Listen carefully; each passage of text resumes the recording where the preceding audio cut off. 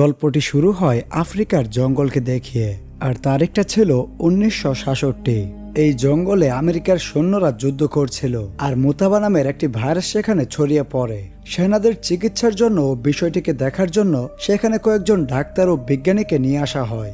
আক্রান্ত সৈন্যরা ভাবে যে তাদেরকে হয়তোবা নেওয়ার জন্য এসেছে, কিন্তু তাদের এই ধারণা ভুল প্রমাণ হয়, কারণ ডাক্তার সেখানে থাকা ইনফেক্টেড কিছু মানুষের ব্লাড স্যাম্পল নেয়, আর এরপর তারা সেখান থেকে চলে যায়। পরের দিন সৈন্যরা একটি প্লেন দেখে অনেক খুশি হয়। তারা ভাবে হয়তো তাদেরকে আজকে এই জায়গা থেকে নিয়ে যাবে, কিন্তু এরকমটাও হয় না। প্লেন থেকে একটি পারমাণবিক বোমা ফেলে দেওয়া হয়, এতে করে সমস্ত সৈন্য সেখানেই মারা যায়। এটা করার কারণ যেন এই ভাইরাস অন্য কোথাও ছড়িয়ে না পড়ে। সিন শিফট হয় 28 বছর পরে, যেখানে আমাদেরকে এই মুভির প্রধান চরিত্র ডাস্টিন হফম্যানকে দেখানো হয়। এই মুভিতে তার নাম কর্নেল স্যাম ড্যানিয়েলস রাখা হয়েছে। স্যাম তার ডাক্তার স্ত্রীর সাথে ক্যালিফোর্নিয়াতেই বসবাস করছে। তার স্ত্রীর নাম ডক্টর রুবি ক্যাজ। কিছু সময় পরে স্যামের কাছে জেনারেলের ফোন আসে। জেনারেল তাকে লেভেল 4 সম্পর্কে খুলে বলে। এখন প্রশ্ন হলো, লেভেল 4 কি হতে পারে? লেভেল 4 এমন একটি রোগ যেখানে মানুষের মৃত্যুর ঝুঁকি বেশি। ভাইরাসটির বিষয়ে বিস্তারিত জানার জন্য স্যাম কর্নেলের সাথে দেখা করতে যায়। এখানে কর্নেল স্যাম বিভিন্ন অফিসারের সাথে কথা বলে। এরপর জেনারেল বিলির সাথেও দেখা করে। বিলি তাকে বলে, তোমাকে মেজর সল্টের সাথে এই মিশনটা চালিয়ে যেতে হবে। এদিকে মেজর সল্টের সাথে এটাই প্রথম মিশন ছিল কর্নেল স্যামের। এরপর তারা দুজনে আফ্রিকার জঙ্গলে গিয়ে পৌঁছায়, যেখানে এই ভাইরাসটার আবারও উৎপত্তি হয়। তারা সেখানকার পরিস্থিতি দেখে চিন্তায় পড়ে যায়, কারণ সেখানের বর্তমান অবস্থা অনেকটাই খারাপ পর্যায়ে। এখানে অনেক মানুষ মারা গেছে, তারই সাথে কিছু মানুষ রক্ত বমি করছিল। এটা মেজর সল্ট সহ্য করতে পারছিল না। মেজর সল্ট অনেক চিন্তিত হয়ে পড়ে এবং সে তার হেলমেট খুলে কাঁদতে শুরু করে। তখন কর্নেল স্যাম চিন্তায় পড়ে যায়, কারণ হয়তো হেলমেট খোলার কারণে সেও ইনফেক্টেড হয়ে গেছে। সেই মুহূর্তে সেখানে থেকে একজন মানুষ এসে তাদেরকে জানায়, এই মুটাবা ভাইরাস বাতাসের মাধ্যমে ছড়ায় না। তখন স্যাম লোকটিকে জিজ্ঞাসা করে যে এই ভাইরাসটিতে সর্বপ্রথম কে আক্রান্ত হয়েছিল। লোকটি তার প্রশ্নের উত্তরে জানায়, মোরাজো নামের একজন ব্যক্তি মুটাবা ভাইরাসে প্রথম ইনফেক্টেড হয়ে পড়ে। মোরাজো একদিন এই গ্রামে ঘুরতে আসে আর গ্রামের একটি কুয়ো থেকে পানি খায়। এরপরেই সে এই ভাইরাসে আক্রান্ত হয়। স্যাম সেই লোকটির কথা তেমন কোনো পাত্তাই দেয় না। সেই ভাইরাসের স্যাম্পল নিয়ে হেলিকপ্টারে করে তাদের দেশে ফিরে আসে। তারা তাদের হাই টেকনোলজি ল্যাবে এই ভাইরাসটির পরীক্ষা নিরীক্ষা করে জানতে পারে এই ভাইরাসের নাম আসলে মুটাবা, যেটা কিনা 28 বছর আগে ছড়িয়ে পড়েছিল। তারা এটাও জানে যে এই ভাইরাস খুব দ্রুত ছড়িয়ে পড়ে, মানে 1 ঘন্টার ভেতরে দ্বিগুণ শক্তিশালী হয়ে যায়। আর 24 ঘন্টার ভেতরে এই মুটাবা ভাইরাস মানুষকে মেরে ফেলতেও সক্ষম। এমন ভয়ানক ঘটনা আবিষ্কার করার পর স্যাম গিয়ে অফিসার বিলিকে সমস্ত ঘটনা খুলে বলে। স্যাম জানায়, এই ভাইরাস যদি একবার আমেরিকাতে প্রবেশ করে তাহলে ভয়ানক বিপদ হয়ে যাবে। তাই আপনার উচিত মানুষদেরকে ভাইরাস সম্পর্কে সতর্ক করে দেওয়া। বিলি তাকে জানায়, এরকম ভাইরাস এর আগেও তো অনেকবার এসেছে। এই ভাইরাস মানুষের তেমন ক্ষতি করতে পারবে না। গভীর গবেষণা করার পর তারা জানতে পারে যে এই ভাইরাসটি একটি বানরের থেকে এসেছে। ভাইরাসটি মূলত কোনো মানুষই তৈরি করেছিল। তারপরে এই বানরের ভেতরে প্রবেশ করিয়ে দেওয়া হয়। অন্যদিকে আমরা দেখি সেই বানরটিকে, সেই ভাইরাস আবিষ্কারক বিজ্ঞানী বানরটিকে ল্যাবে নিয়ে যাচ্ছে ভাইরাসটিকে পরীক্ষা করার জন্য। স্যাম তার সিনিয়র বিলিকে সবকিছুই খুলে বলে, এই ভাইরাসটি বানরের শরীর থেকে রিলিজ হয়েছে, তাই বানর ও অন্যান্য পশুদের ইম্পোর্ট এক্সপোর্ট দ্রুত বন্ধ করার ব্যবস্থা করুন, কারণ এটা হাই রিস্কের বিষয়। কিন্তু স্যামের সিনিয়র তার কথার কোনো গুরুত্বই দেয় না, মানে সিরিয়াসলি নেয় না। এদিকে সেই বানরটাকে একজন স্মাগলার জঙ্গল থেকে ধরে আনে আর বিক্রির জন্য ক্যালিফোর্নিয়ার দিকে যেতে শুরু করে। আর পথিমধ্যে বানরটি পানি খাচ্ছিল। হঠাৎই তার মুখ থেকে পানি ছুঁড়ে মারে সেই ছেলেটির মুখের উপরে। এই ছেলেটার নাম হলো জেমস স্কট। জেমস বানরটিকে বিক্রি করার জন্য অ্যানিমেল শপে নিয়ে আসে। দোকানদার যখন বানরটিকে চেক করতে যায় তখন বানরটি তার হাতে আঁচড় বসিয়ে দেয়। আঁচড় দেওয়ার ফলে দোকানদারের হাত থেকে রক্ত বেরোতে শুরু করে। দোকানদার জেমসকে বলে, আমি তো ভেবেছিলাম হয়তো এটা পুরুষ বানর হবে, কিন্তু এটা তো একটা মহিলা বানর। আমার পুরুষ বানরের প্রয়োজন, মহিলা বানর আমার লাগবে না। সেই বানরের হাতে একটা কলা ছিল, যেটার কিছুটা সে খেয়েও নিয়েছিল, কিন্তু সেই বানরের খাঁচার কাছে থাকা আরেকটি বানর সেই কলাটিকে নিয়ে খেয়ে নেয়। এখানে আমরা বুঝতে পারি যে জেমস এই ভাইরাসে ইনফেক্টেড হয়। এরপর এই দোকানদার শেষমেশ পাশের পিঞ্জারাতে থাকা বানরটিও এখন আক্রান্ত। যখন বানরটি আর বিক্রি হয় না তখন সে সিদ্ধান্ত নেয় বানরটাকে সে মুক্ত করে দেবে। জেমস সেই বানরটিকে মুক্ত করে দেওয়ার পর বুস্টেন যাওয়ার জন্য বেরিয়ে পড়ে। যখন সে বিমানে বসে তার শরীর অনেকটাই খারাপ হতে শুরু করে। যখন সে বোস্টন এয়ারপোর্টে পৌঁছে যায়, জেমস তার বান্ধবীকে জড়িয়ে ধরে। এরপরে তার মাথা ঘোরাতে শুরু করলে সেখানেই জেমস অজ্ঞান হয়ে যায়। অন্যদিকে আমরা দেখতে পাই সেই দোকানদারকে, সেও রক্তবমি করে পড়ে যায় আর হসপিটালে ভর্তি হয়। দোকানদারের রক্ত একজন ল্যাব সহকারী পরীক্ষা করছিল, আর হঠাৎই রক্তের স্যাম্পলটা ফেটে যায়, যার ফলে রক্ত তার মুখের উপরে এসে পড়ে। তখন সে লোকটি নিজের ইচ্ছাতেই হসপিটালে ভর্তি হয়ে যায়। এই ডাক্তার বুদ্ধিমান ছিল এবং সে আশা করছিল যে খুব দ্রুত সে সুস্থ হয়ে যাবে। পরের সিনে আমাদেরকে রুবিকে দেখানো হয়। সে তো পেশায় একজন ডাক্তার আর কর্নেল স্যামের স্ত্রী। রুবি জেমসের ব্যাপারে জানার পর দ্রুত তাকে দেখার জন্য যায়, কিন্তু রুবি গিয়ে দেখে জেমস অলরেডি মারা গেছে।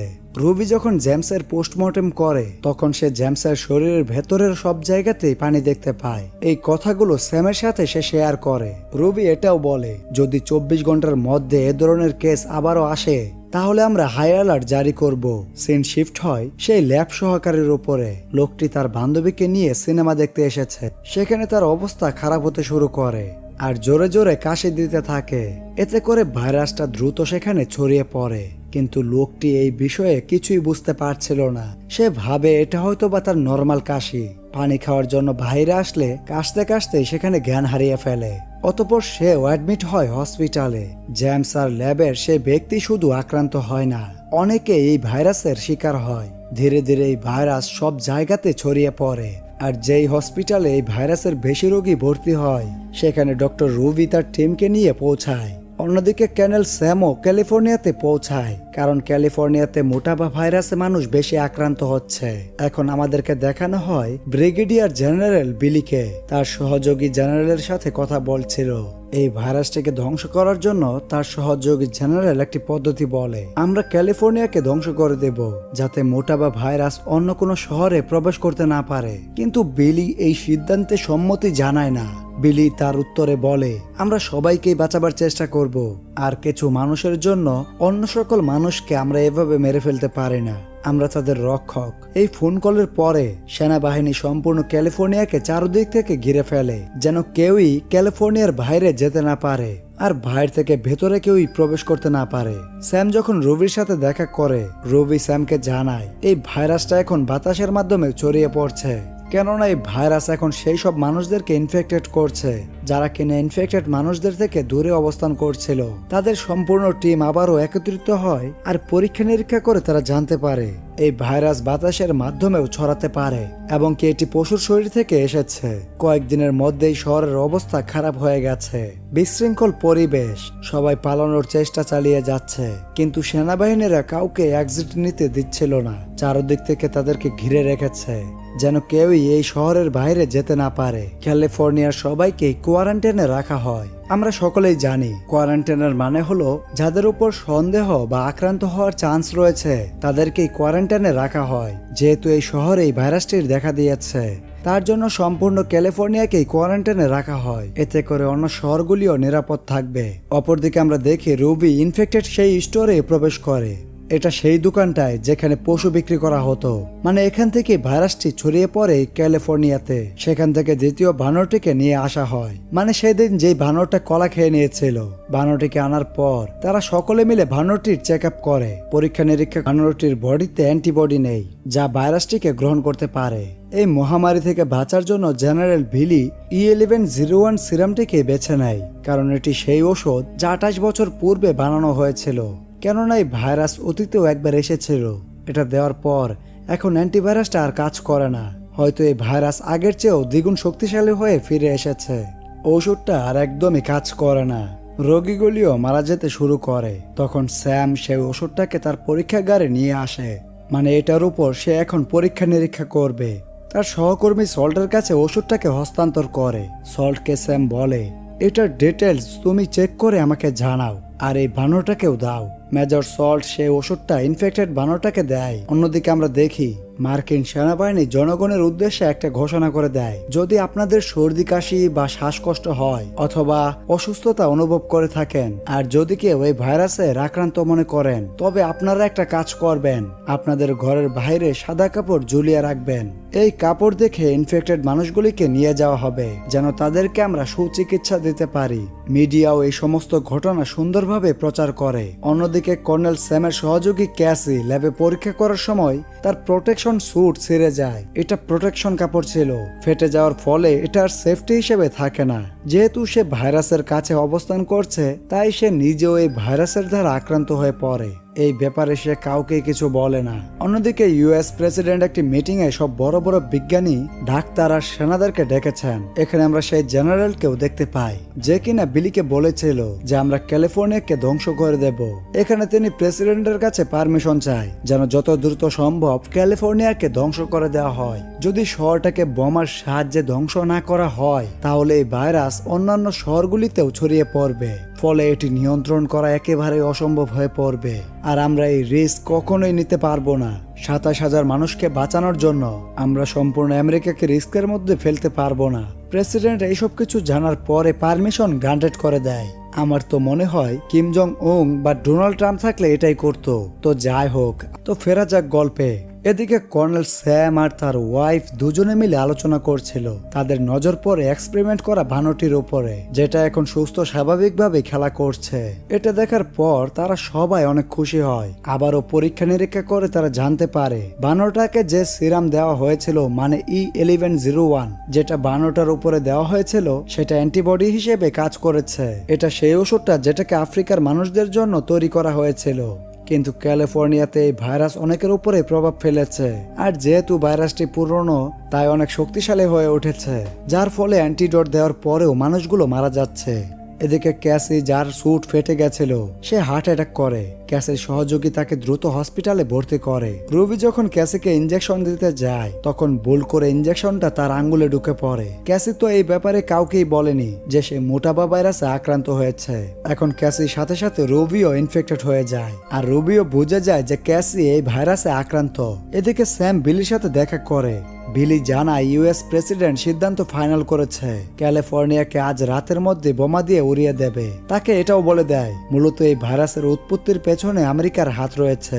মার্কিন যুক্তরাষ্ট্র মূলত একটি বায়োলজিক্যাল অস্ত্র তৈরি করতে চাচ্ছিল, যা একটি ভাইরাসের রূপ ধারণ করে, যেন সেটিকে দিয়ে শত্রুদের সাথে মোকাবেলা করতে পারে। কিন্তু এরকমটা হয় না, সেটি একটি ভাইরাসের রূপ ধারণ করে। ভুলবশত 1966 সালে আফ্রিকানদের মধ্যেই ছড়িয়ে পড়ে। অপরদিকে ক্যাসি মারা যায়। স্যাম তখন চিন্তা করে যদি আফ্রিকার বানরটাকে এনে তার শরীরে অ্যান্টিবডি নিয়ে E1101 এর সাথে মিক্স করলে অ্যান্টিডট তৈরি করা সম্ভব হতে পারে, তাহলে সবার জীবন বাঁচানো সম্ভব।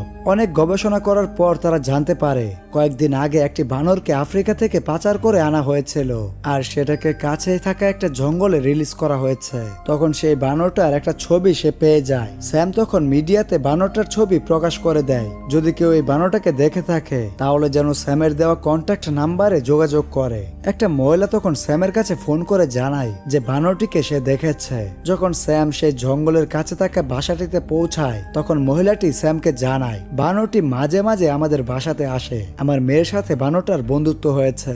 যখনই আমার মেয়ে তাকে ডাকে, তখনই কোথা থেকে যেন বানরটি বেরিয়ে আসে। স্যাম মেয়েটিকে বলে, মা তুমি বানরটিকে আবারও ডাকো। মেয়েটি ভয় পেয়ে যায়। স্যাম জানায় যে বানরটার কোনো ক্ষতি সে করবে না। এরপরে মেয়েটি বানরটিকে ডাক দিলে কিছুক্ষণের মধ্যে বানরটি সামনে আসে, আর দূর থেকে অজ্ঞান হওয়ার গুলি করে আর ল্যাবে নিয়ে আসে। এরপরে বানরটাকে ল্যাবে এনে পরীক্ষা নিরীক্ষা করে অ্যান্টিডট তৈরি করার জন্য তাদের এই এক্সপেরিমেন্ট সফল হয়। তাদের কাছে ওষুধ ছিল, কিন্তু সেটাতে অ্যান্টিডট ছিল না, যার কারণে সেই ওষুধটা সম্পূর্ণভাবে কাজ করছিল না। এখন যেহেতু অ্যান্টিডট বানাতে তারা সক্ষম হয়েছে, এরপরে তারা অ্যান্টিডট আর সেই E1101 ওষুধটা মিক্স করে, যার ফলে ওষুধটা এখন 60 থেকে 100% কাজ করবে। আর এই বানরটার উপরেই মূলত আমেরিকা 1966 সালে পরীক্ষা নিরীক্ষা করেছিল। আমরা দেখি সকাল 8টার সময় বোমা নিয়ে বিমানটি উড়ে যায় ক্যালিফোর্নিয়াকে ধ্বংস করার জন্য। স্যাম তখন সল্টকে সাথে নিয়ে সেই বিমানটাকে আটকানোর জন্য হেলিকপ্টারে উঠে বসে। যে করে হোক সেই বিমানটাকে তাদেরকে আটকাতে হবে। এদিকে জেনারেল বিলি তাদেরকে বলে বোমা নিক্ষেপ করো না, কিন্তু সেই জেনারেল বোমা ফেলতে নির্দেশ দেয়, যার কারণে জেনারেল বিলি তাকে গ্রেফতার করতে বাধ্য হয়। বিলি বলে গতবার অনেকগুলো মানুষকে তুমি হত্যা করেছ, যার জন্য রাষ্ট্রপতি তোমাকে গ্রেফতার করতে বলেছে। জেনারেল জানায় তুমিও তো জড়িত ছিলে। বিলি বলে যদি এখন এতগুলো মানুষকে বাঁচানোর জন্য আমার শাস্তি হয় তাহলে হবে। তখন তুমি বলেছিলে ওষুধ তৈরি হয়নি, যার জন্য সরকার সিদ্ধান্ত নেই তাদেরকে মেরে ফেলতে, কিন্তু তখন ওষুধ তৈরি হয়েছিল, আর এখন ওষুধের পাশাপাশি অ্যান্টিডোটও তৈরি হয়েছে। যদি এখন একটা মানুষও মারা যায় এর জন্য দায়ী তুমি হবে, আমি না। মিথ্যে ইনফরমেশন দেওয়ার জন্য জেনারেল ডোনাল্ডকে গ্রেফতার করা হয়। এই প্রতিষেধক বাণিজ্যিকভাবে সব কয়টা হসপিটালে সাপ্লাই দেওয়া হয় আর মানুষদের মাঝে বিতরণ করা হয়। ধীরে ধীরে সবাই সুস্থ হয়ে যায় আর সবার মধ্যে আবারও বেঁচে থাকার আশাটা চলে আসে। আর এখানে এই মুভির সমাপ্তি ঘটে। আপনার কাছে মুভিটা কেমন লাগলো তা অবশ্যই কমেন্ট করে জানিয়ে যাবেন। আর চ্যানেলে নতুন হয়ে থাকলে হিট দ্য সাবস্ক্রাইব বাটন। আমি আরিয়ান আজকের মতো এখানেই বিদায় নিচ্ছি। দেখা হবে অন্য কোনো ভিডিওতে। ততক্ষণ অবধি ভালো থাকবেন,